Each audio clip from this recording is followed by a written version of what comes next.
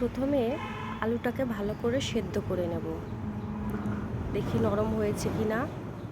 নরম হয়ে গেছে, এবার নামিয়ে নেব। এবার পনিরের মধ্যে আস্তে আস্তে নুন আর একটু করে হলুদ ছিটিয়ে মাখিয়ে নেব।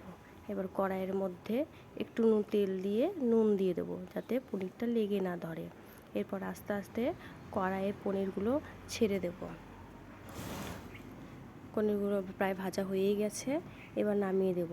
এবার তেলের মধ্যে শুকনো লঙ্কা, জিরে, তেজপাতা দিয়ে আলুগুলো দিয়ে ভালো করে নাড়াচাড়া করে নামিয়ে দেব। নামানোর পর এর মধ্যে টমেটো, আদা পেস্ট, জিরের গুঁড়ো, লঙ্কা বাটা দিয়ে ভালো করে নাড়াচাড়া করে নেব। পরিমাণ মতো নুন দিয়ে দেব, পরিমাণ মতো হলুদও দিয়ে দেব। তারপরে মোটামুটি প্রায় হয়েই এসেছে। এরপর এর মধ্যে জল দিয়ে দেব। জল দিয়ে ফোটার আগে পর্যন্ত একটু ওয়েট করব।